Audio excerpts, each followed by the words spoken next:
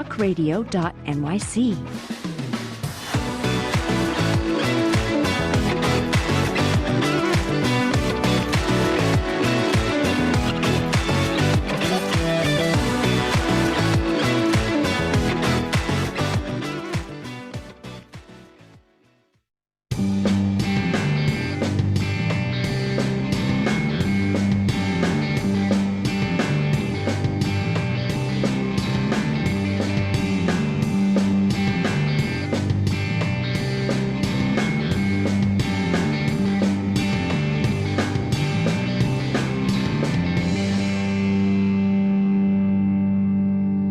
Another week in the books. Your boy is back. The nonprofit sector connector. That's right. Connecting nonprofits. That's the game. Bringing people together. Tommy D.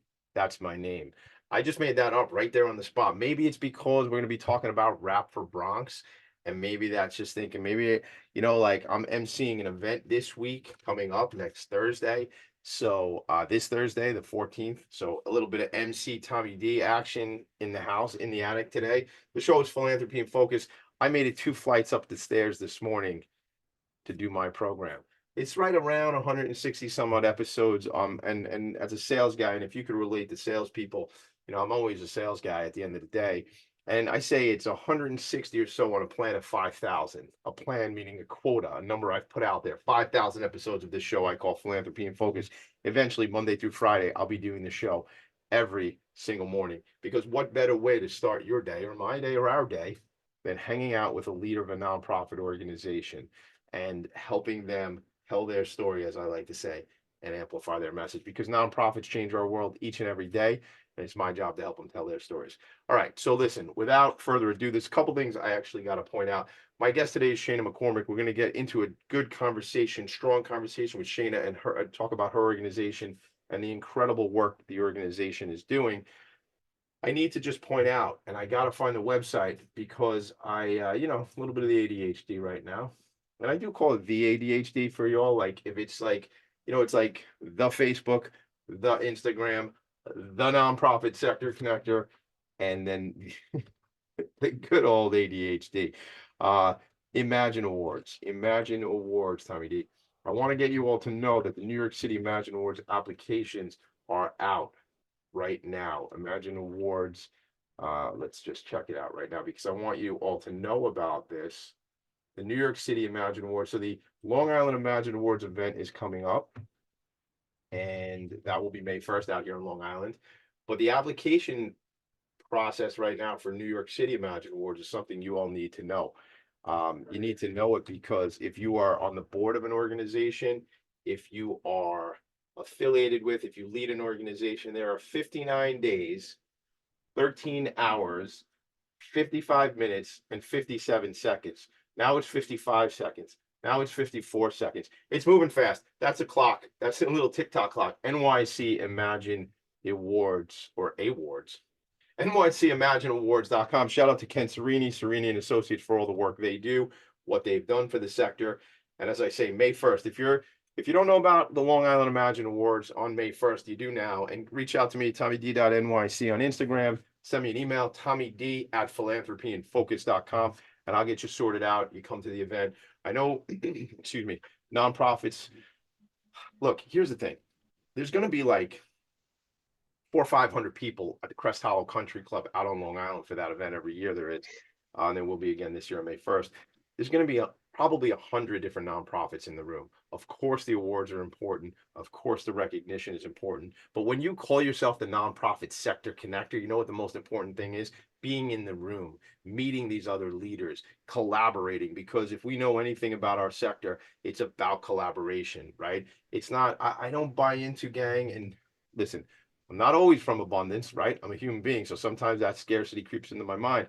But I really don't believe we're all fighting over the same dollars. What I do believe is that there are resources out there and we can leverage community, leverage relationships to, have those dollars work longer and further than they may have if we were just saying, hey, man, I need the dollars. No, let's see how we collaborate. All right, he's on the soapbox. Let's step down off the soapbox, put you away for a little while, soapbox. But if I know Tommy D, you'll be back. All right, so Shana McCormick, What is up? Good morning. How are you? What's the deal? I'll tell them who you are and your background, the organization in a couple seconds. But good morning. What's going on? Welcome to my show.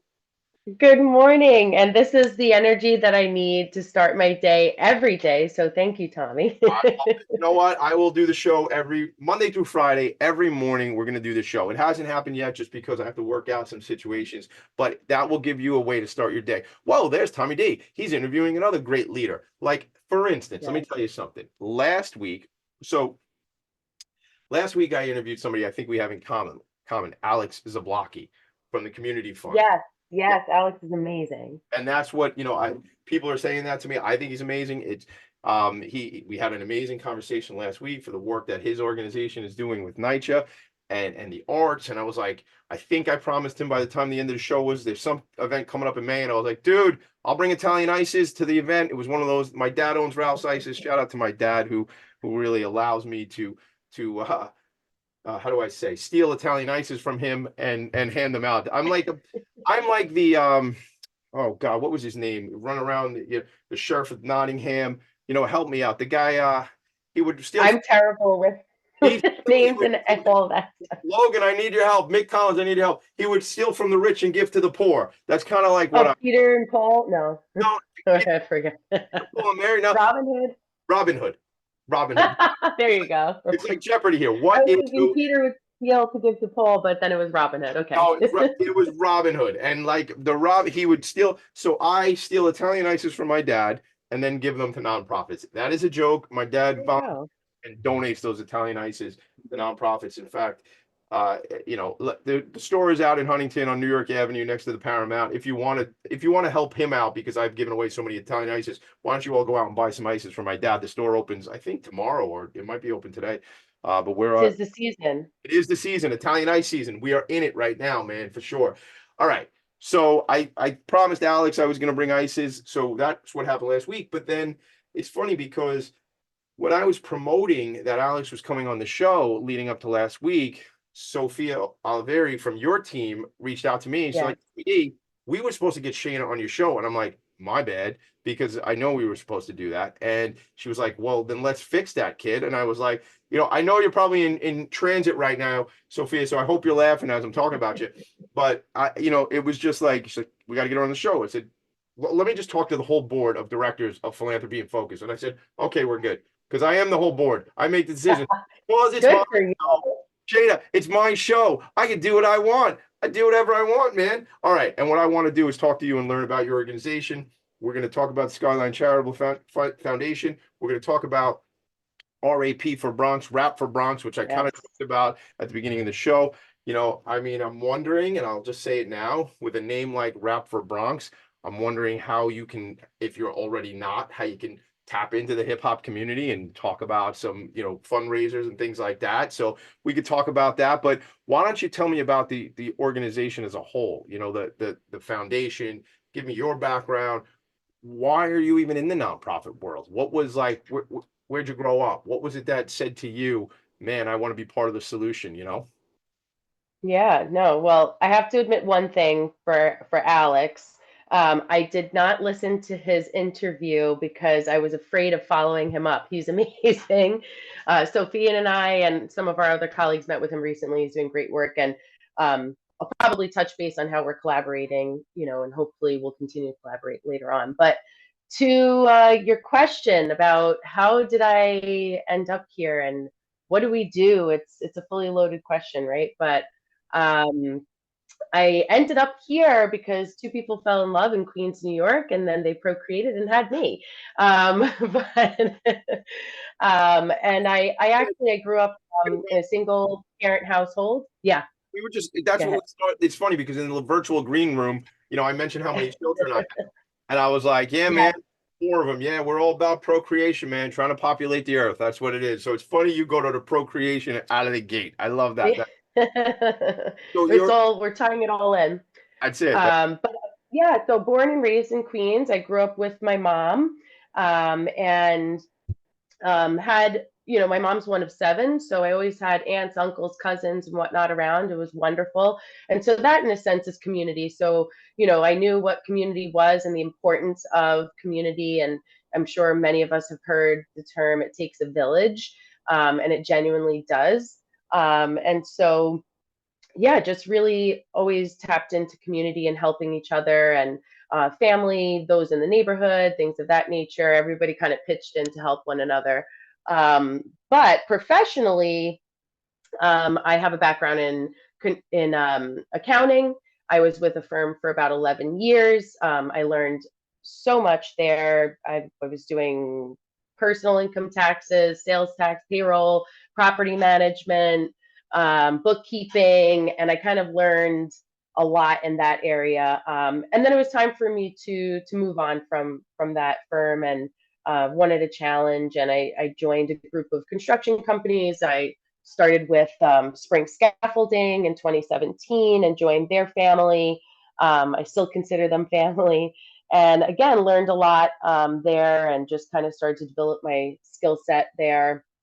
And so Spring was actually from a group of companies, and you'll see why I'm Mhm. going this route. But so Spring was a part of a group of companies within the construction and restoration world. And we have a common owner, this gentleman named John, and he's a big visionary. And we all ended up working together under one roof in Long Island City, Queens. And so the group of companies all came together, working under one big roof, sharing some back office resources and things of that nature. So I started with them in 2017, and then we all know what happened in 2020. So the pandemic hits when New York City was shut down. Obviously, that affected the many industries, and one of them obviously was the construction industry. So job sites were shut down, laborers were laid off, there was no construction, nothing being built, and things of that nature. We were really blessed in the group of companies to keep our jobs. We all took pay cuts, but our CEO had made a commitment for us all be able to keep our jobs, the office personnel, anyhow. And from there, we kind of all came together to think of how could we tap into the resources that we have available to address needs that are, that have risen out of this pandemic. And we know that there is many needs and disproportionately needs in certain areas of our city.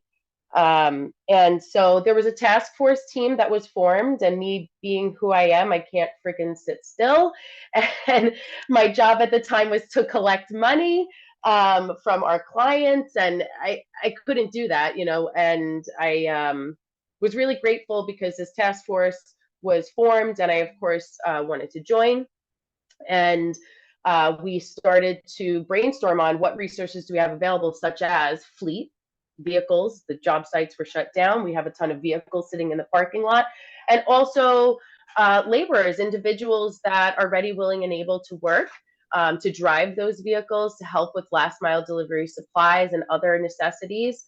And so at that point, we started packing pantry bags, one, to address the need for our laborers that were out of work to bring home food to their families that were now home and they were out of work, and that helped kind of subsidize their needs to a certain degree. And then also connected with some community boards, one in the Bronx particularly, that identified some needs for last mile delivery. And so that's where we started to activate the vehicles and put together kind of teams to do deliveries. That's where RAP, the Relief Access Program for the Bronx, was born. Let's pause. Let's pause. Let's do it. I'm out, flag on the play. No, I mean, Yeah. oh my God. So look, it's so funny because we are going to go to break in a second, but it's so funny how all this happens because we lived through this. It is now, as we stand here now, or I stand here now, it is March the 8th of ironically Yeah, March. we're a few days out from 4 years from the shutdown. 4 years, man. And again, Yeah. to me, I don't know about you, Shana, but to me, it's like this one of these surreal things. Like, shoot, I don't usually curse on the stage, so I'll say shoot. Shoot, I know I lived through that time, but wow, that's a weird thing that I actually lived through. And it seems Yeah. like it's one of these things that seems so far away, right? Like for me, it does. It's like, but I will tell you this, things that I never did this show until that era of life happened. You know, like it And I wasn't never did nonprofit right. work per se, before this. So So, things had, so our own, just you and I, right? Just two individual people, the trajectory of what we were doing in the world changed as a result of that. What I want to just compliment your team, it was such a time. I think it partly reminds me of when September 11th happened and when the city rallied and the country in many ways rallied around New York. Not to discount what happened in Washington D.C. and the plane that of went down course, in Pennsylvania as well. But obviously, New York City, the epicenter, ground zero, what our city was like when that happened. And it's like when I started playing around with doing this show, there was friends of mine who own a restaurant in Bayside, Queens, and they had put together something where you remember everybody was bringing food to the nurses and the doctors and the yep, responders, and all the restaurants were doing that kind of stuff. The business community, and shout out to your team. I think you mentioned John, and I'm sure the rest of the leadership. yeah. And there were so many Eva, and yeah, there were so many amazing people. Try to shout them out in the next section when we come back. But I was just going to say, like, that's what it was like, man. That's what we do as human beings. Like, that's the compassion. That's when you roll up your sleeves. Nobody had to do any of that stuff. People could be like, look, man, it's my shutdown, man. We're shutting down. I can't pay payrolls. I can't do this. I can't do that. That's one option. Another option is roll your sleeves up, take care of your people, take care of the community, build something that wasn't even there and now is there. So, I mean, Shana, we got a lot to talk about. We got to go to a break. I told you this. I told you this. We're going to run out of time. We're never going to run out of Yeah. words. I hope I never words. Shana and Tommy D, you mentioned something about all under one roof in Long Island City. I'm under the roof of my house. I'm in the attic. We'll be right back. Philanthropy and Focus. Are you a conscious co-creator? Are you on a quest to raise your vibration and your consciousness? I'm Sam Leibowitz, your conscious consultant, and on my show, The Conscious Consultant Hour, Awakening Humanity, we will touch upon all these topics and more. Listen live at our new time on Thursdays at 12 noon Eastern Time. That's The Conscious Consultant Hour, Awakening Humanity, Thursdays 12 noon on talkradio.nyc.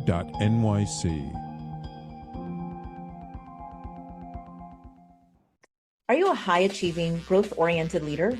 Are you interested in developing your authentic leadership while creating a healthy, inclusive workplace? Hi, I'm Dr. Mira Brancu, host of The Hard Skills on talkradio.nyc at 5 p.m. Eastern on Tuesdays, where we discuss how leaders develop the hard skills needed to make a greater impact. We interview experts, have live coaching, and tackle these challenges. Listen to The Hard Skills on Tuesday at 5 p.m. Eastern on talkradio.nyc. Are you a business owner? Do you want to be a business owner? Do you work with business owners? Hi, I'm Stephen Fry, your small and medium-sized business or SMB guy, and I'm the host of the new show, Always Friday. While I love to have fun on my show, we take those Friday feelings of freedom and clarity to discuss popular topics on the minds of SMBs today. Please join me and my various special guests on Friday at 11 a.m. on talkradio.nyc. You're listening to Talk Radio NYC. Uplift, educate, empower.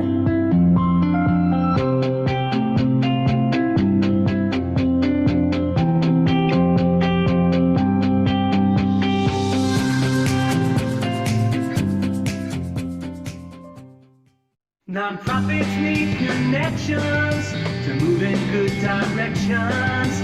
So cut through all the static. Join Tommy in his attic. That's right. That is correct. That is accurate. That is what you are supposed to do. Cut through the static, man. Join me in the attic, man. Check it out. That's my friend Brendan Levy singing from the Queens Chamber of Commerce. Shout out to Queens. Shane is from Queens. My first year, I lived in Belrose, Queens, before I moved way out to Long Island in a town called Franklin Square, where I grew up, and only to get married and move way back into Belrose. So Queens, definitely my favorite borough. Shout out to the Bronx. Shout out to Staten Island. Shout out to Manhattan. Shout out to Brooklyn. But, Q Borough, let's be honest. Let's go Mets. Let's go Mets. Hey, Met fans, this might be the year. Shana, if you tell me you grew up in Queens, but you are a Yankee fan, I'm going to cry. So how do I am not. I am a Mets fan. That's an oxymoron. Come on. you know what I'm saying? I was going to be sad. I was going to be sad because you got this BX connection, and I'm going, man, if she's a Yankee fan. But look, we'll get out to a Met game.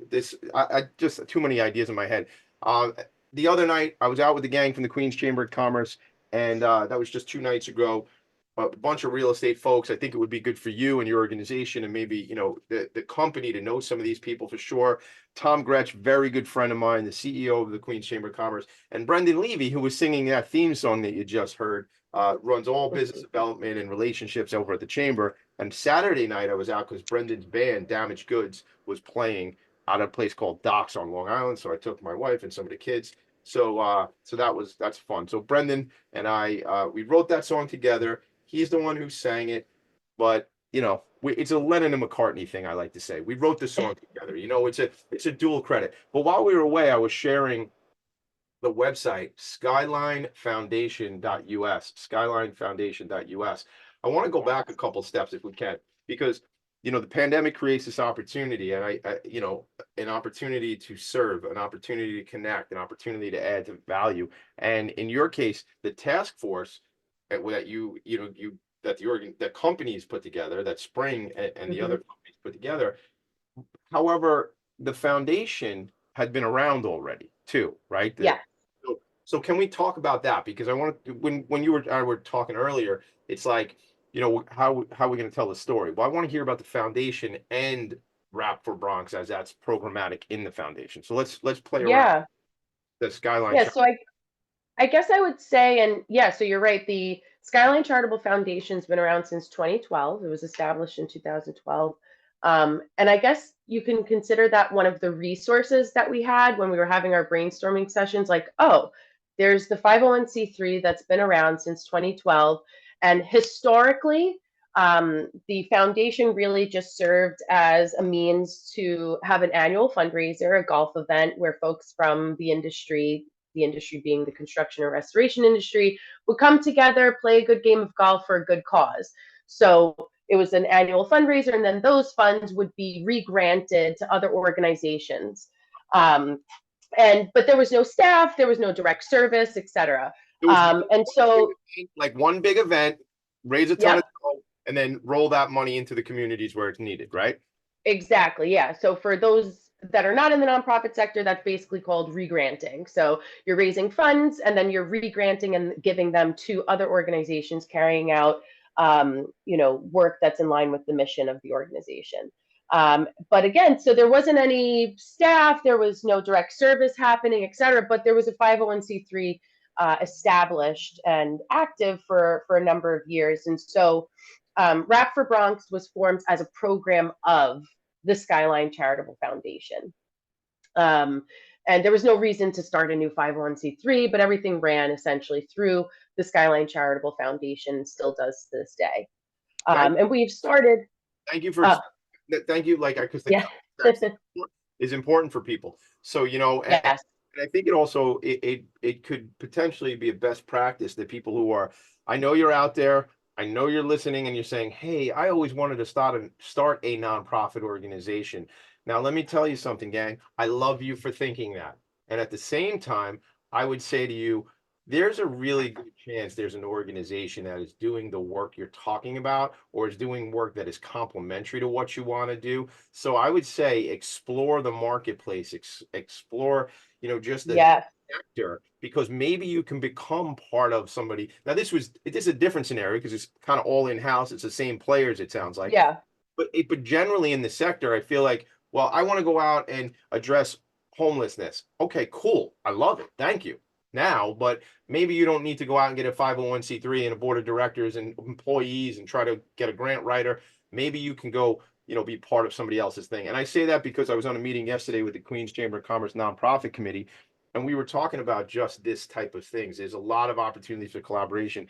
If you want to understand more of what I'm talking about, send me an email or hit me up on the Instagram, tommyd.nyc, or Tommy D at Philanthropy and Focus, PHOCUS, because I love talking about this stuff and I have resources in my world that can do that. So we put that aside, but go ahead, Shana, please.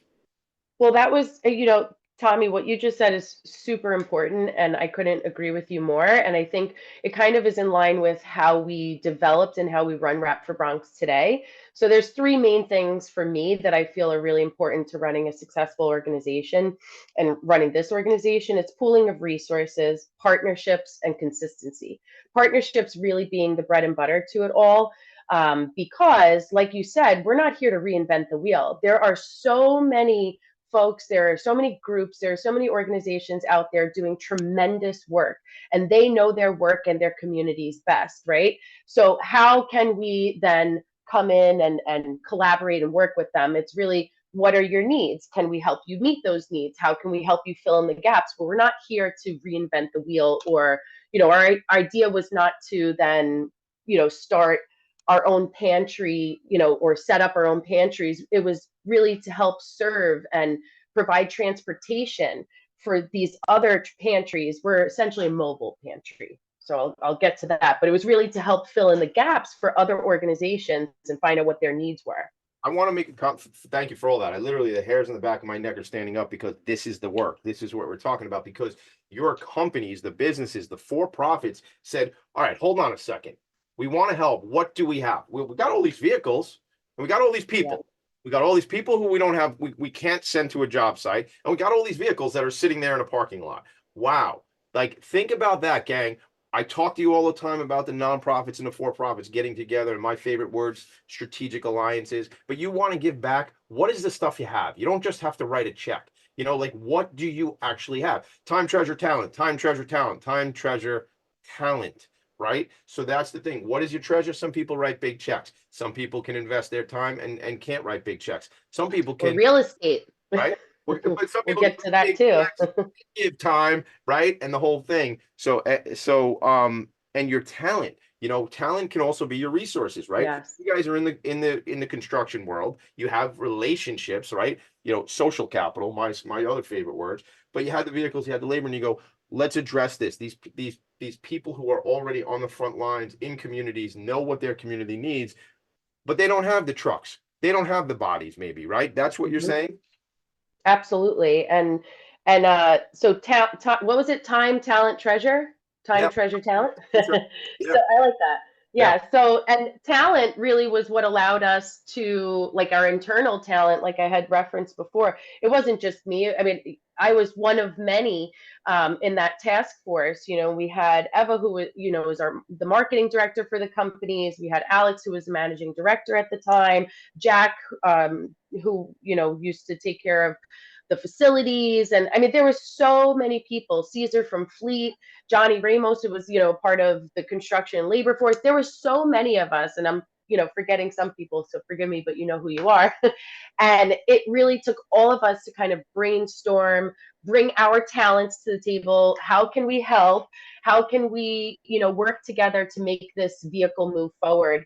And it was beautiful seeing that. And then, thank goodness, most folks were able to go back to their regular jobs over time. We met as a task force probably from, I think, March through May. And then at that point, I kind of got really involved with the day-to-day and the logistics and the scheduling and the meetings and updating everybody. And then we have to put together a board. It really, developed from there. But when it became like, and you go, oh, wow, this can't be just like a side hustle for us. Like this actually, this thing called Rap for Bronx, like it has to be like, somebody needs to lead it. Shana, I mean, it looks like it's your gift. Let's do it. Like, is that how that happened?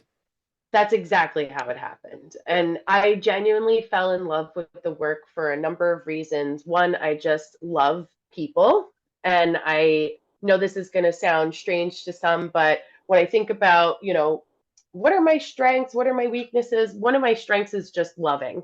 And you know what? When you are in this work, you must lead with love. And I just genuinely feel that that is an effective it's a necessity to the work, and especially when you're in a leadership position.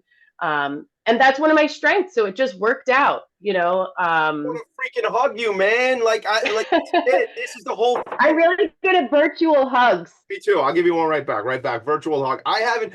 Back in early pandemic days, I used to go to this thing called Remote Daily, and it was like a one o'clock to 2 o'clock. It was like a talk show. It was like we'd meditate. It was like it's just this thing that came out of like the pandemic, and I used to go, and we would always do like at the end of the show, and it was Yeah, like live, I and love we would that. do like a virtual hug. I don't think I've done a virtual hug in months and months, so I appreciate that. But you can, hug, Anytime, Tommy. freaking Anytime. hug It's yourself, man. It's so good, man. Get those endorphins really flowing. is. Get that oxytocin in your body. What are we talking about? Who knew what this show was going to do? We're hugging ourselves. Oh my God. All right. So welcome to Yes. the show, Shana. But look, there was four guys from Liverpool, England, a bunch of years ago. You might have heard of them, but they told us this. All you need is love. God, Yep. stop the fighting. Just find your neighbor, reach out, be compassionate, give a hug, check in on people. Check in on people. All right. Absolutely. I got to go to a break. He's ranting, everybody. Right back. Hey everybody, it's Tommy D, the nonprofit sector connector, coming at you from my attic. Each week here on talkradio.nyc, I host the program Philanthropy and Focus. Nonprofits impact us each and every day, and it's my focus to help them amplify their message and tell their story. Listen each week at 10 a.m. Eastern Standard Time until 11 a.m. Eastern Standard Time, right here on talkradio.nyc. Were you an essential worker during the pandemic? If you needed to learn stages of epilepsy, did you depend on advocates? Did you use new innovations to cope with mental and neurological issues? Maintaining high quality of life and keeping good mental health are what we all strive for.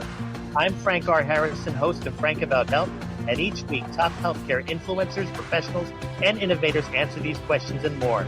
Stay tuned on Thursdays at 5 p.m. on talkradio.nyc, and I will continue to be frank about health with all of you.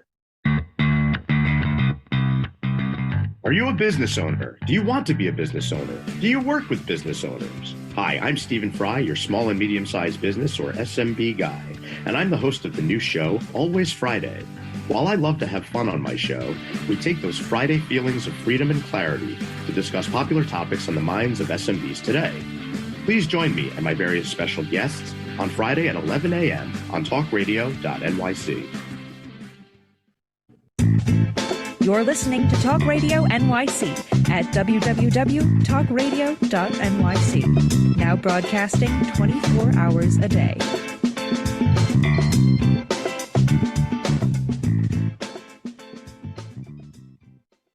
Nonprofits need connections to move in good directions. So cut through all the static. Join Tommy in his attic. Yeah, that's right. Join me in there. Check this out. There's nothing you can do that can't be done. Nothing you can sing that can't be sung. Nothing you can say, but you can learn to play the game. It's easy. Nothing you can make that can't be made. Nothing that you save that can't be saved. Nothing you can do, but you can learn how to be you in time. It's easy. All you need is love. All you need is love. That's it, gang. I'm going to cry on the show again. It's been a few months since I've done that, but I'm feeling extra emotional today. I'm just so appreciative that Shane is here. Just do it, man. Just hug people. Just look out for people. Make a change. Make the world a better place. If you think I'm too mushy, I don't know. Listen to some other show at 10 o'clock on Fridays. Shana, so programmatically, you got the trucks and the vehicles and the people doing the work. Yes. What does it look like? Like, what did it look like then? And what does this organization look like 3.5 years now? Wrap for brunch. Yes, good question. So then at that time, during the height of the pandemic, we had multiple vehicles from the group of companies. So Skyline Restoration, Spring Scaffolding, DNA, Andromeda. We had vehicles from all of those group of companies on the road with several drivers delivering goods from City Harvest, some that were purchased from capital from our founder. There was other resources and basically rescued goods, and we were constantly churning those out every day. And then, as I mentioned, thankfully the city opened back up. People kind of got back to quote unquote some sort of normalcy with regards to their schedules and work and things of that nature. And so we needed to find a full-time driver. And naturally, we went directly to our community-based groups and said, hey, we're looking for a driver. So that's where we started our recruitment, which I highly recommend to anybody doing community work to look and recruit from the community in which you're working with and in. for multiple reasons. But so we got Eddie. Eddie joined our team. He was fabulous. He knew the Bronx better than anybody, better than this Queens girl, although I felt like I kind of lived in the Bronx at the time. I was there every day. But so then we moved on to having one driver on the road. In between, we would also have some great companies like 4D Construction. They would send us some drivers when we needed to fill in. And we were going to about 10 to 15 community-based groups at the time. So 10 to 15 locations over the course of the week. And we were bringing them mixed goods. So it would be either dry goods, so staple pantry items, rice, dry beans, cereal, some produce. If we were able to get that, we were doing the USDA boxes. So the federal government was giving out food boxes at the time. Tuesdays at the time was our biggest haul. And we would get 19 pallets. So I don't know if people know what that equates to, but it's a 54-foot trailer that would arrive every Tuesday morning. Every Tuesday. Yeah. So that's not, all right, that's not small potatoes. Wink, wink. No, it's not. So witty. But no, but that's so that's now becomes another thing. Wait a minute. Yeah. Got a truck full of food. Now where do we put all this food? Because it's gonna go, right? You mentioned last mile. I'm a little bit familiar with that last mile model. You know, there's a big company that shows up on my porch 3 times a day to drop off things that people order. You might have heard of it. It's something sounds like a rainforest, but they're not sponsoring the show, so I'm not giving them any credit. I'm not gonna, but you've heard of that company. Yeah, but they need to do better, sorry, with their sponsorships. I think, yeah, Anyway. I'm with you. I hear you. But so, you know, that last mile piece, I understand, but now you got a truck full of food on Tuesday. It's not leaving immediately. So what happens? What did that look like, man? Yeah, so Tuesdays was the fun day. You know, it was like, all right, let's go, let's get there, 7 a.m., open up the loading dock. Now, I'm just gonna pause here. How the hell did we get a loading dock, right? Yeah, So going back to Treasure, what Treasure could be, I had mentioned a little earlier, is real estate, right? So shout out to Urban Edge Properties. They gave us our location, and still to this day, we have a location in the Bronx, our warehouse. And at the time, they also had a loading dock in the shopping center in Bruckner Commons in the Bronx. And we were allowed to use the loading dock to receive this 54-foot trailer. I don't know. I guess people trusted me because I had never done this. And you know, City Harvest calls me up and they're like, oh, are you interested in receiving the USDA boxes? I'm like, sure. What does that look like? Well, it's going to be a 54-foot trailer. I said, okay, that sounds good. How many pallets? Okay, 19. Oh, all right, sure. Send me 2 a week. Two trucks. 2 trucks. Yeah. You have no idea what you're doing on. Okay. And on Tuesday, 2 trucks of stuff comes out, showing up. Yeah. Wow. So, listen, I learned a lot about myself. I'm sure many of those that worked with us also learned a lot about themselves. I mean, it was a really amazing and beautiful time for many reasons. We were all challenged in different ways, but a lot of us didn't know what we were doing, but we knew that we had a goal in mind, and that was to get the goods to where they needed to go. And so going back to what did that look like? So the trailer would pull up, and we had a couple of different bays, and we had a group of volunteers at the loading dock that would receive the truck and start pulling them off with pallet jacks, manual pallet jacks, and unload 19 pallets and put them along the loading dock. So we would, thankfully it was a very large loading dock. So we were able to stack, you know, put them next to each other. And then I organized for about 4 different vehicles to come to the loading dock, and we would load those 4 vehicles manually with the boxes, the USDA boxes, and then they would go out for the last mile delivery to different locations. So it was an all-day affair at the end of the, you know, it really was. We would start at 7 a.m. We would usually wrap up by 3. You know, last pickup was probably by 3. So we had, shout out to the Roadrunners also, New York Roadrunners. We had amazing volunteers in the height of the pandemic from that group. And they would stay all day and kind of, you know, project manage this whole operation. I would be there on Tuesdays as well. create the schedule the night before and give the schedule to the driver so they knew where they were going, how many boxes to bring to what location.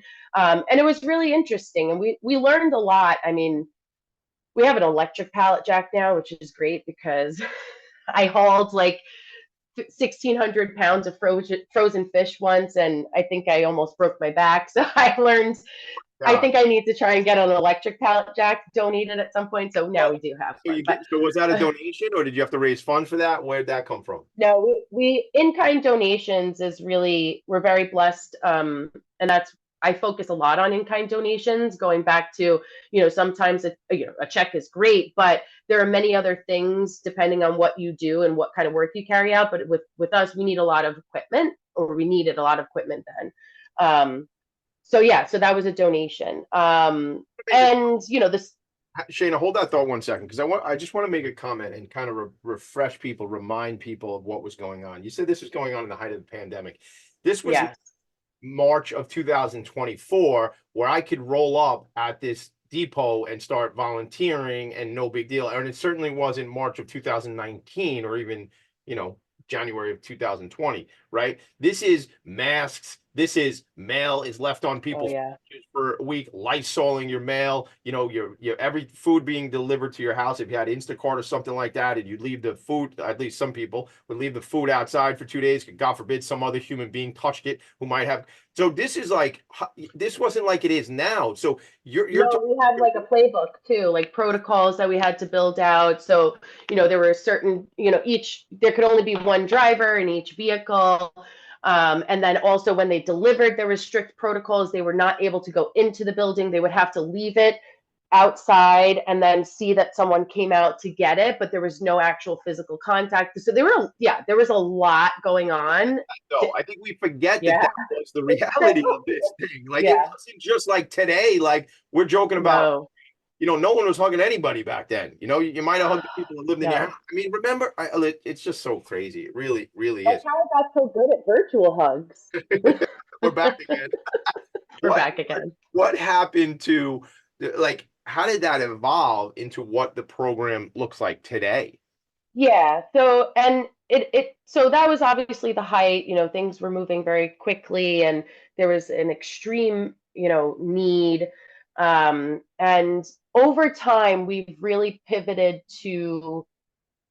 away from emergency relief and really focusing on the underlying issues as to why there was such a need at the time. So, for instance, there's not enough access to healthy goods in certain neighborhoods throughout our city, and many, I think throughout the city and downstate in general. But we've really pivoted now towards more providing access to nutrient-dense goods and working with farmers. So our programming has kind of changed in that way. But the day-to-day, we still are on the road.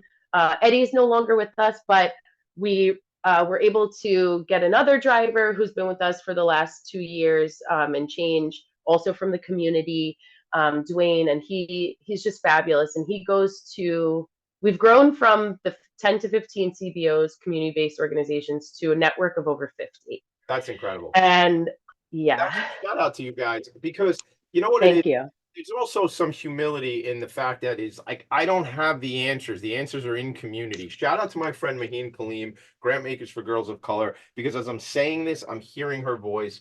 And I'm thinking of my friend Kofo, who's over at the North. Oh my God, is it North? I gotta look it up. North Shore Fund, because we were colleagues in the Institute for Nonprofit Practice, and it's all about not allowing, it's the wrong word, but having the community do the work that they need and know is needed. Yes. So it also resonates for me, like with I was thinking of something while you were talking earlier. I don't know if you're familiar with an organization called Rethink Food, but Rethink Food. Of course, they're our biggest partner. I love them all. We were working with them since the beginning. Yeah. Don't they have the same mindset? Obviously, if they were a partner, of course. Thing where it's like, and they do. Look, they haven't been on the show yet. I need your help on that because I met with their CEO. 1,000%. Yeah, when they were a final. I met, yeah, when they were finalists in the New York City Imagine Awards 2 years ago, I got to interview him and I got to go to the kitchen, and it was really cool. In fact, I said I want to do a day of service with them and I haven't done it, so I got to get out there and do that. But what resonated for me was they go into these restaurants in community, they go into these community-based Yep. community knows what it needs. The restaurant might have downtime from, let's say, 6 a.m. till noon because they only serve dinner or something like that. They put people to work from the community in the restaurants in the community. They're getting hours. These people are getting paid. They're preparing good, healthy food for the community that they live in. I mean, it's one of these kind of circle of life things. And it's like, and I used the word a couple minutes ago, humility, because it's like, yo, it ain't about us, man. It's about the greater good. Right. We got trucks, we got people. I got a loading dock. What do you got? Well, it's funny you should say. I have this pantry at the back of the church, and we need your right. You know what I mean? And Like, for Rethink, they had prepared meals. So we, in addition to dry goods and produce and things and supplies, we were also distributing for World Central Kitchen at the time, prepared meals. And so that's World Central Kitchen works on a contractual basis during crises and things of that nature. So come June, the contract was over. We no longer had access to prepared meals. Insert Rethink Food. And Rethink, we met through like a VOAD, Volunteers of Active Disaster. Shout out to my New York City VOAD group. I'm on the board there. They're amazing, doing fabulous work. And so I met Rethink team. Then they were like, yeah, we have meals. You're able to transport it. That's amazing. So then we started transporting meals. And at the time, learning also pivoting from, 11 Madison Park, for people who don't know 11 Madison Park, look it up. It's one of the greatest restaurants in New York City. They were making meals for the community, Marta, Union Square Hospitality Group, you name it, and all these big restaurants, and which was amazing. But at the same time, not all communities were receiving that type of food well. And so Rethink really was open to listening to, okay, well, what's the feedback from the community? And then when we started working with them, we were picking up from 11 Madison Park, and all of these other restaurants. And then eventually I said, listen, I've been working with these other Bronx restaurants locally. Like, would you be willing to work with them? Because their food is definitely well received by their community. And they did. They pivoted, and Rethink's fabulous. I awesome. love them. And here in their website, and if you're watching, Rethink Food, rethinkfood.org, rethinkfood.org. And the thing I go so taken by when I met Matt, the CEO, I was just taken by the fact that he's like, yo, now this is my words. I'm not saying, I'm summarizing what I heard him say, because I'm going to say it as Tommy D would say, yo, man, we figured this thing out. We actually cracked the code.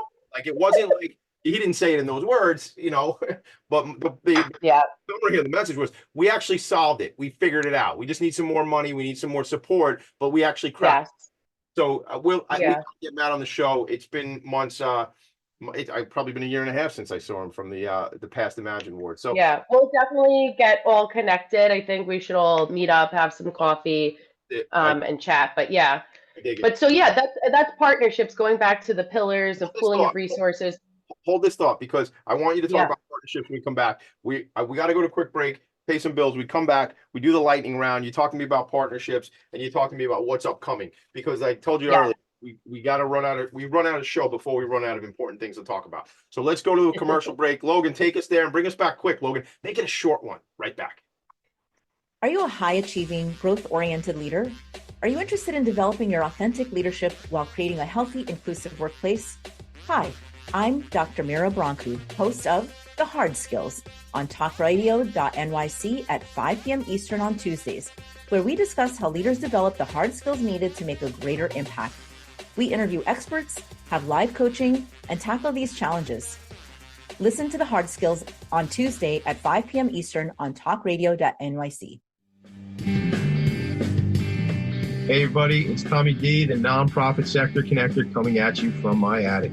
Each week here on talkradio.nyc, I host the program Philanthropy and Focus. Nonprofits impact us each and every day, and it's my focus to help them amplify their message and tell their story. Listen each week at 10 a.m. Eastern Standard Time until 11 a.m. Eastern Standard Time, right here on talkradio.nyc. Are you a conscious co-creator? Are you on a quest to raise your vibration and your consciousness? I'm Sam Leibowitz, your conscious consultant, and on my show, The Conscious Consultant Hour Awakening Humanity, we will touch upon all these topics and more. Listen live at our new time on Thursdays at 12 noon Eastern Time. That's The Conscious Consultant Hour Awakening Humanity, Thursdays 12 noon on talkradio.nyc. You're listening to Talk Radio NYC at www.talkradio.nyc. Now broadcasting 24 hours a day.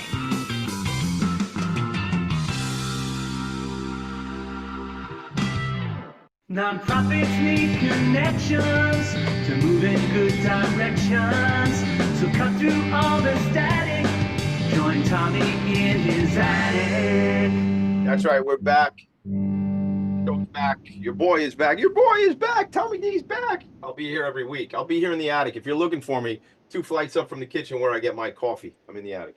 I just sharing the website nycimagineawards.com because as we're talking about it, I got to shout it out. We were talking about Rethink Food. Certainly the work you all have done is you need to apply. Shout out. Listen, Sophia, if you're listening, you guys got to apply for the Imagine Awards for the incredible work you're doing. What a special part of my life is being affiliated with the New York City and Long Island Imagine Awards. So, Shana, let's talk. You were talking a little bit more about partnerships, but I want to just be mindful. We got about 6 or 7 minutes. I want to make sure we get it all in. So, your partnerships and also what's That's up. it? Yeah, dude, I'm telling you, this is my show. I tell you, that's why I gotta have to do it 5 days a week because I told Sophia, I'm like, an hour. What am I going to talk about? She's like, oh, trust me, you and Tommy, you'll talk. I knew it. That's how it goes, man. I used to get nervous. Like, what if we don't have things to talk about? Like, and then I'm like, even if nobody showed up, I could rant for 3 hours. Like, I mean, you know what I'm saying? So it would be okay. Yeah. So talk to me about partnerships. Yeah. And then kind of, I think the partnerships will lead to like where we are now. So partnerships obviously is extremely important because we all have something different to offer, but we all have similar goals and missions. So for instance, obviously, like I mentioned, the partnership with Rethink Food, our partnership with City Harvest, our partnership with the Food Bank, and then most importantly, our community-based organizations that we work with, our CBOs, the network of CBOs, they're the ones, those 50 different locations, about 35 of which we go to every week, they're the ones that are carrying out this work. And one thing that we have consistently heard, and one thing that was near and dear to me, was there's not enough access to hyper-local and nutrient-dense goods. And so that means, going to the supermarket, even most of our produce, even during the growing season here in the state, is coming from another state or another country. And, so anyway, the goal for me was to pivot from emergency food relief to really providing access to these goods to help change health outcomes. The Bronx is the unhealthiest county in our state. There's 62 counties, and it's the unhealthiest for well over a decade. It continuously comes in as the unhealthiest. And so there's multiple reasons, but one of them is lack of access to these nutrient-dense goods. And so my goal, it's like food deserts is like the word we hear about. Correct. Like, I live way out here in the country, about 30 miles from New York City, or probably 12 miles from Queens. But there are pockets of the city, pockets of Long Island, pockets of the state, pockets of the country where you just can't get access to good produce. And and you talk about, what we talk about social determinants of health. Professionally, gang, I own an employee benefits agency. We talk about health insurance all the time, right?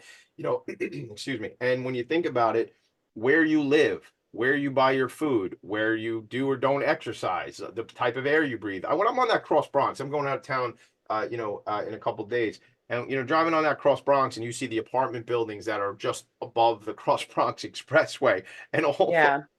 What did we think was going to happen like there? Like what, I mean, all right, now we're ranting. I don't want to rant, but let's go back to. People can look into Cap the Cross Bronx. It's a great initiative that's getting federal attention. So that's Cap the Cross Bronx, but shouting them out.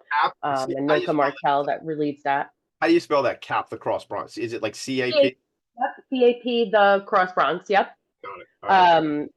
But yeah, going back to that. So we were, my goal was to really be able to figure out how is it that I can tap in to working with the farmers. So we were able to get a little taste of that through a state program, Nourish New York, which at its inception was a really great program. I'm not going to go into the politics of it. It's just not the same program today, but it was really great at the time. In 2021, we were able to work directly with a farmer, and the funding came through, and it was basically a line of credit, but started to develop relationship with farmers. Fast forward to today, and thanks to the great development team that I have, shout out to Sophia and Sheila, who wrote the grant back in 2022. We applied to the New York State Department of Agriculture and Markets for their New York Farmers to New York Families grant. And the cap was $2 million for track 1 and 50,000 for track 2, which is kind of like a sub program per se. But anyway, the point of it was they wanted organizations to figure out unique ways to support farmers and then also support our communities in need. So what better way? We know our community downstate. We started to develop, relationships with farmers. And so we also had transportation, which is a great need for farmers. So we wrote the grant. We said, go big or go home, went for the 2 million, and we were awarded. Come and on. that was a game changer. Cow. 2 million bucks. Yes, over 2 years. But a commitment of that is 1.3 million of the 2 million goes directly into the hands of BIPOC, small, mid-sized family, women-owned farmers. And then their goods go directly for free to our communities that we serve. So that answered and kind of is helping us meet our goal of providing access to these goods. And so it was really exciting, and that's what we're looking at now. And we're launching our Feed Tri-Borough program. So we will continue to do the work that we're doing in the Bronx, but we're also going to be in Queens and Brooklyn this year. We'll be in Brownsville, Kensington, and Brooklyn, and then for Queens, we'll be in Ridgewood and Jamaica. Jamaica's close to where I grew up. I currently live in Ridgewood, so it's all full circle for me. And again, just working with these community-based groups, doing what they do best in their communities, but providing them with the tools and the goods that they need to get out to their community. All right, 2 things I gotta get in here. First of all, this is incredible. I want to do something. I want you to take this to Matt over at Rethink Food and his team. What if we did like a Facebook Live and we talk about all these for sure, prospects and opportunities and things you all have accomplished? And I'd love to do that, because I don't know if it's appropriate on this show, because we'll just run out of time, and to a lot. Maybe we run it as like a panel discussion. So let's talk about that offline. Yeah. I noticed as you were talking, you a little bit of hand talking like I do. I noticed the shamrock on your wrist. Yeah. I actually, shout out, next week, St. Patrick's Day, the Feast of St. Patrick. Yes. My family. Eringo Bra. Well, I was going to say to you, I'm going to the Queen's Chamber St. Patrick's Day luncheon next week on Wednesday. You and I should talk about it. We'll text later, because I think it would be, I think it'd be a great way for you to get out and certainly meet some of the folks. And actually, one of the Kennedy grandsons is one of the honorees there. So we go to the Irish thing, maybe we could talk, Nice. His name is, I think it's Jack Schlossberg. I was out with Tom Gretsch and the gang and Brendan from the chamber the other night, so we would talk about this. But anyway, be great to get you in the room with me, because that's the best thing is when we're together, we can walk around and meet people. One last thing I got to say too, I shouted out my friend Kofo Anafalaji. She's the director of development with the North Star Fund, and she and our other friend Maheen Kaleem at the Grantmakers for Girls of Color are these organizations that bring the dollars to the community, and the community knows what they need and knows how to spend. North Star Fund is great. Absolutely love them, and they are supporting one of our CBOs for an upcoming race, Friendly Fridge BX, shouting them out too. Shout outs. I don't know what Friendly Fridge BX is, and I can't even ask you because we're out of time. I told you this was going to happen an hour ago, right? And it happened. Yes. Look, Dana, how do they keep in touch with you and the organization before we go? So you guys can definitely visit us at www.rap4bronx.org or skylinefoundation.us. And our social media handle is RAP 4 Bronx. We always have our stuff going up on IG, what we're up to. We're going to have a really busy growing season, and we hope people will support. I want to come out. I want to do some farming. I don't know if you want me driving a truck. My wife will tell you I'm a terrible driver. She's wrong. But listen, here's the last thing I need. We got to talk about hoodies, because I see a really cool Rap for Bronx hoodie that I don't know if you have them. We need merch. We need merch. Going to get you hooked up with my guy I got my friend Fred Taffer. He's on it. I'll talk to him. We'll connect you. I was telling Sophie about him yesterday. All right, look, Shana, I appreciate you. I appreciate being my friend. Let's text later, talk about the Queen. Thank you. Make it a great day, everybody. I love Appreciate you you. all. I love you all. It doesn't, guys are allowed to say that stuff. I love you, man. Hugs on the way out. Logan, take us home. Yes. Everybody. Thank you. Nonprofits need connections to move in good directions. So cut through all the static. Join Tommy in his attic.